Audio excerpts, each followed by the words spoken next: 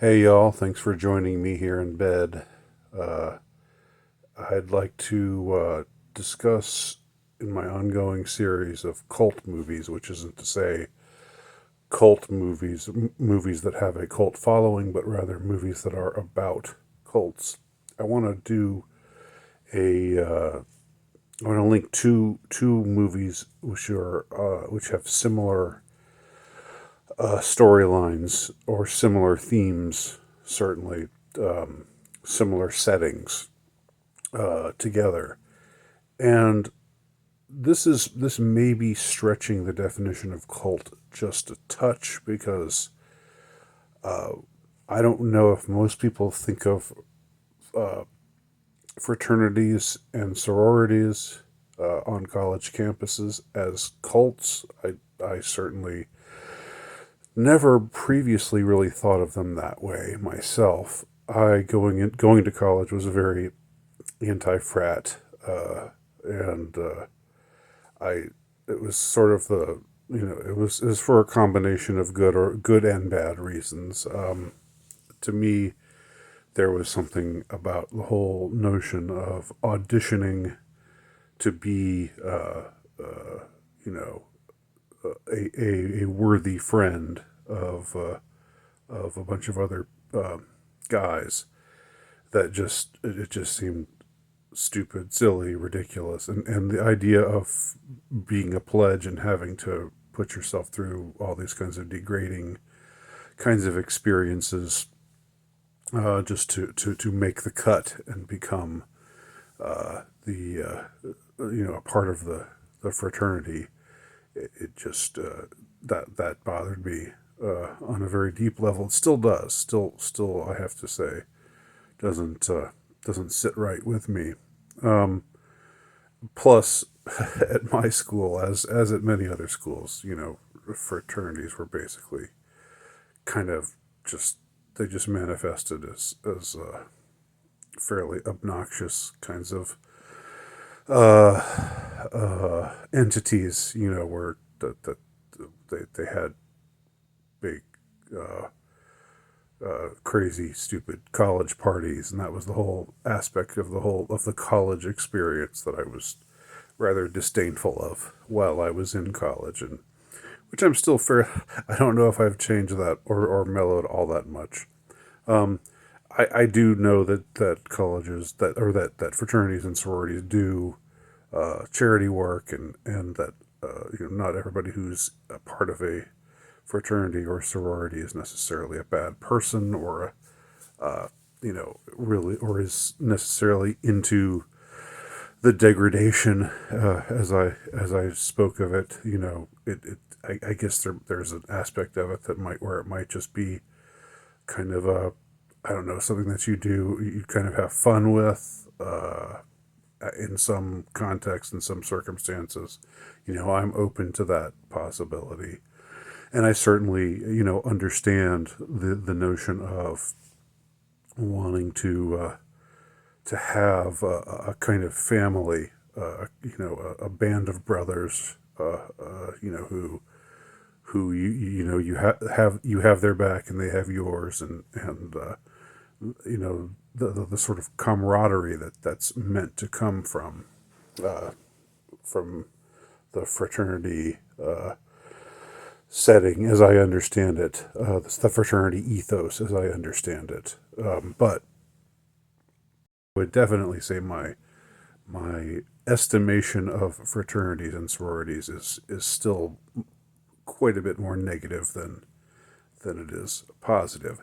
Now, when I was growing up, I did not know anything about Freemasonry. I didn't think about it. It didn't occur to me. It wasn't on my radar screen at all, and I didn't realize how fraternities and sororities are essentially mini manifestations of the Masonic ethos. With the rites and rituals, and this both this aspect of just fraternizing, having friends who are of the same order, but also that order being supposedly representing something mystical.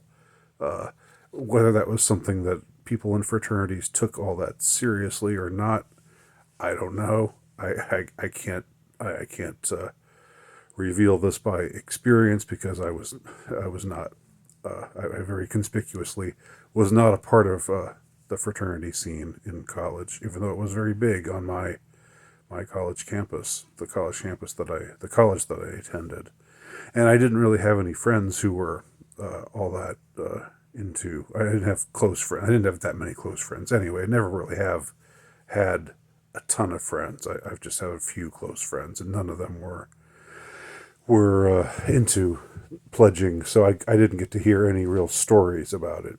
So this is all a preamble to say the two movies that I wanted to talk about are explore the fraternity organization as a sort of a cult-ish phenomenon. Now, one of the movies is called that I'm going to be talking about is called Pledge, and it's really more of a schlocky horror film. I don't think it's meant to be taken all that seriously, or it's meant it's kind of tongue in cheek in some ways. And the other is a movie called Goat, which is based on a true story. It's based on a an autobiographical work written by somebody who attended Clemson University and had certain experiences while pledging a fraternity there. Although the movie very, very much takes Clemson out of it, it just makes it very generic. And I'm thinking that maybe there was some deal made with the Clemson authorities where they didn't really want this movie to talk about their particular college because it did not cast Clemson University in a terribly positive light. I was intrigued enough by the movie that I'm now reading the book that it's based on, and I am enjoying it so far. So let's start with Pledge. Pledge is a movie that from a few years ago. It's low budget. It doesn't look bad actually. It's they made the most, I think, with whatever budget they had, but a lot of no name actors, nobody recognizable. It's about these three nerdy guys who are freshmen in college, and they want to join a fraternity, but during Pledge Week they go to visit all of these fraternities, and the obnoxious frat boys, just can sniff them out and see that they think they're losers because because of how they look, because they're one of them is fat, one of them wears glasses, and the other, I can't remember what the deal was with the other one, but they're not like the smooth, good-looking frat boy types, and so they're summarily rejected by all of these fraternities. In a way it's the movie is very broad. It's not, again, it's not exactly a nuanced film, but it's an interesting film in ways that I'll try to explain.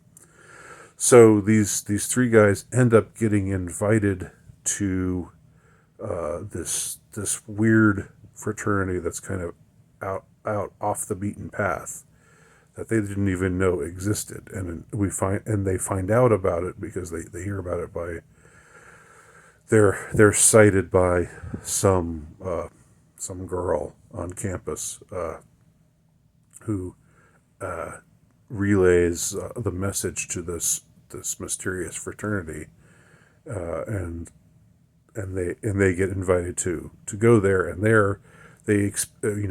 at the party they experience a feeling of acceptance. The guys there let them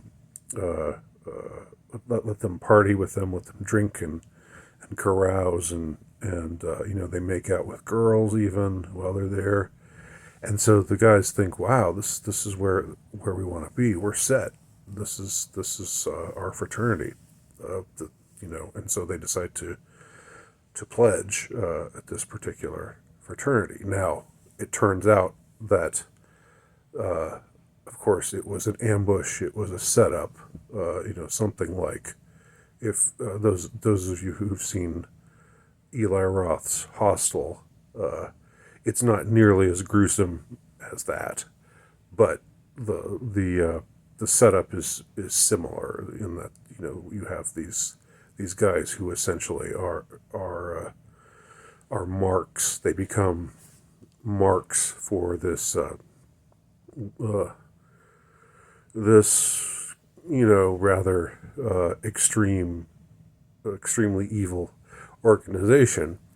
And I don't want to give too much away because I actually think this movie's worth seeing if you like uh, kind of uh, kind of humorous, kind of tongue in cheek horror movies. Then this might be the movie for you. Now, when I say it's tongue in cheek, it's still rather gruesome. And when the boys show up for the beginning of their pledgeship, the thing I don't know how many days it's supposed to go on. Pledge week, I guess it's a week. Um, they're forced to do all kinds of degrading things, and they're berated, they degrade themselves. Although some of them, at least one of them, decides, no, I don't want to do this anymore. I've had it. But then he finds that the way out is barred, and they can't just leave. And so it gets worse and worse from there, and eventually it becomes clear that they are not true pledges, that they were just brought there under the auspices of being pledges, but that something deeper and darker is going on. What was interesting about this movie also is a phenomenon that I think also has become part of my interest in cults, and thus in movies about cults.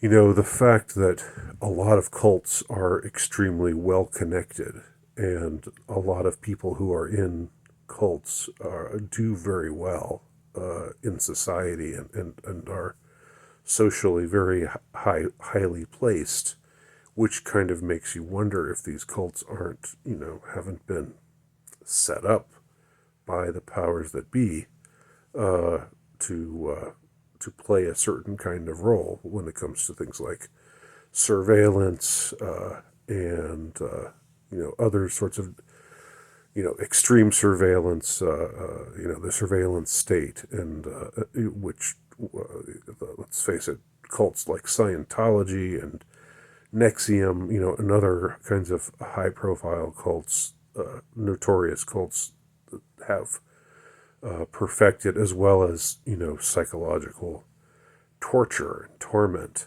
you know, and and it seems to me that for a lot of these places, a lot of these cults, is I'm finding it harder and harder and harder to believe that they just came about independently, sprung up independently, and that they're not connected in some way to the nefarious evil of the principalities, powers, thrones, and dominions of our age. Some of them are probably just just accidental, drifting in the wind. One manipulative con man, gets 10 or 12 or 15 or 20 other people to come along with him, as it's depicted in the last cult movie that I reviewed, Marlene, Marcy, May, Marlene. But here we see in Pledge, the movie Pledge, we see this group that is extremely well connected, and they're the leaders of tomorrow. So very Masonic in that sense. And when you look and you see just how many how many leaders, how many people in high positions of power, are actually Masons. How many presidents were Masons? I think nearly all of them. Um, so so that's Pledge. Now the movie Goat is has a similar theme and a similar setting, but a very different tone. This is much more of a drama than a horror film, although there are some extremely horrific scenes in it. And this in this movie, which again is based on a true story, a young man from a smaller town leaves a party one night, and he's sort of an easygoing person to a fault. He lets people get away with things too much. He's not very assertive or aggressive on his own behalf, and so he ends up. These two guys come out of nowhere and ask him to give them a ride. And even though something in him tells him that's not a good idea, he says, "Sure, I'll give you a ride." And so they drive at night down these dark country roads, and they're taking him farther and farther away from everything, and he's getting a worse and worse feeling about it. And eventually, they do, reveal what they're up to. They beat him up, steal everything that he has, and take his car. And it's this. When I say they beat him up, it's they beat him like where to a degree where he could have been severely injured or could have died. It's a rather disturbing beating that he takes. So after this happens, he becomes aware that his brother, who's in the movie, it's his older brother. In the book, it's actually his younger brother.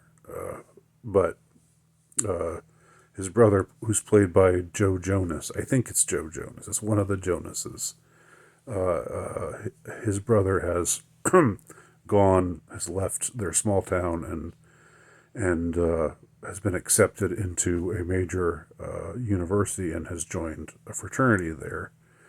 And this younger brother, the two brothers are rather close. They look out for one another. They're literally brothers, and not brothers in the fraternity sense, where your fraternity mate is your brother, but they're actual brothers. And so this guy, this kid who'd suffered this traumatic assault at the hands of these two psychopathic thugs, he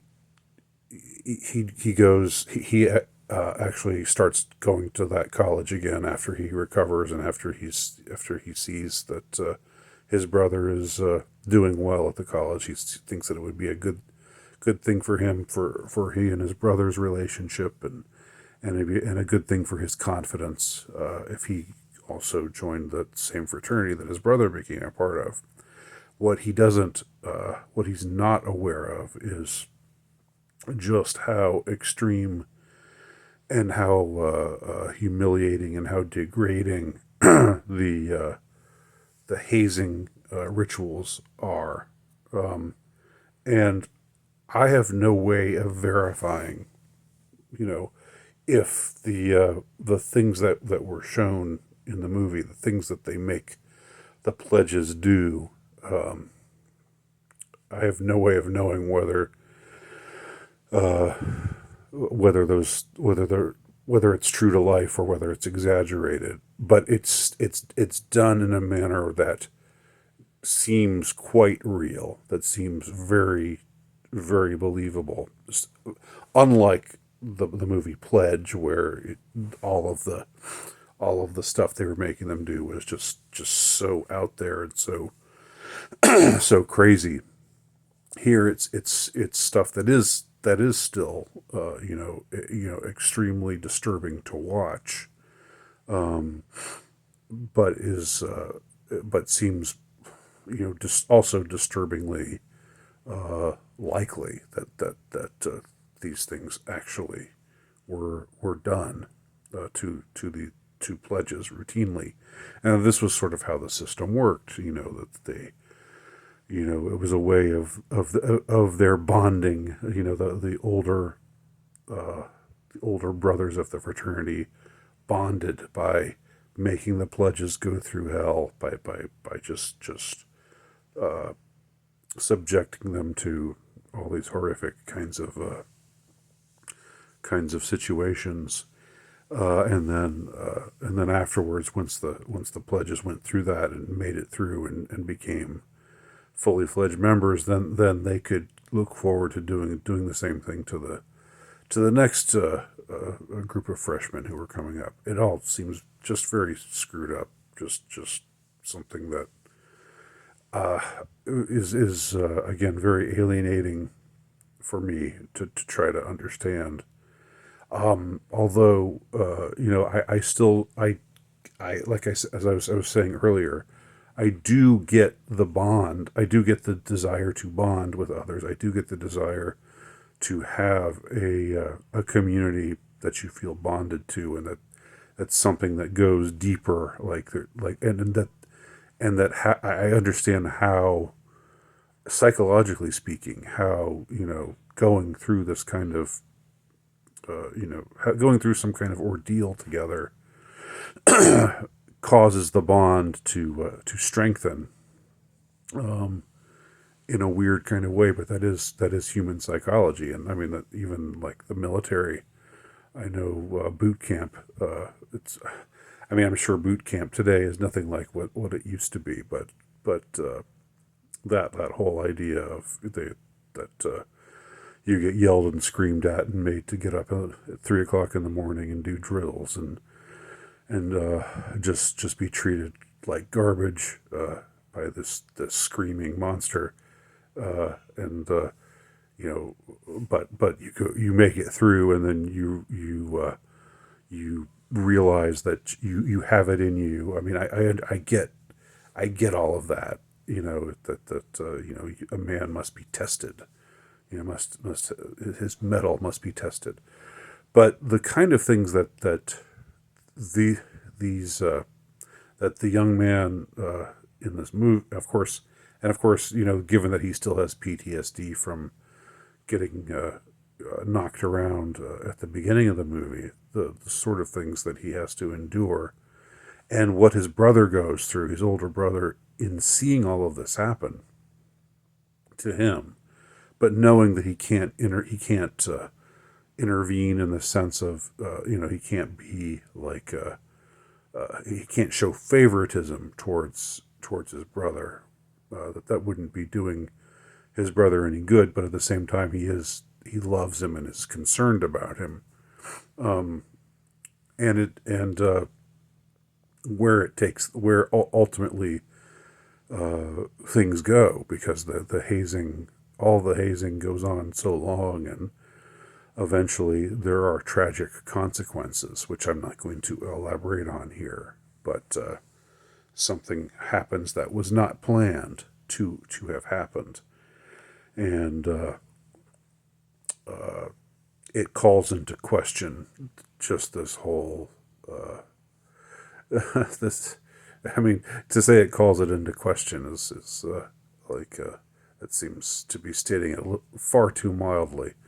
The way that it's depicted here. Now, I'm interested if anybody out there pledged a fraternity, you know, and if so, what it was like, what it was like to pledge, what it was like to, what did they make you go through, what kind of things did they make you do, did it leave scars, or was it just sort of fun?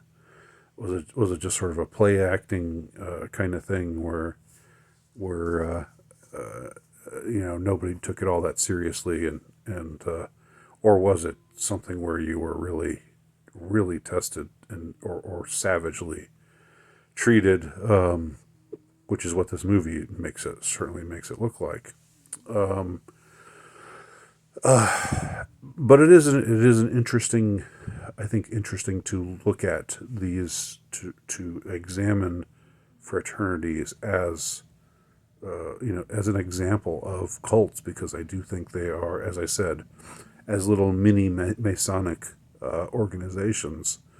There is something definitely cultish about them, and how there's this lore, that they all have, that there's, this is their history, and these are the illustrious men who have been a part of this organization, and all the ways that they puff themselves up, that they talk about this as if it's a really crucially important thing, and how it makes men, how it's supposed to be, you know creating this virtuous man, where it doesn't seem to be doing that at all. It seems to be doing the exact opposite of that. It seems to be making these men into cruel beasts. But anyway, those are my thoughts on these two movies, Pledge and Goat,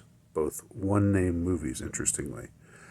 So tell me your thoughts below if you have any, and talk to y'all soon.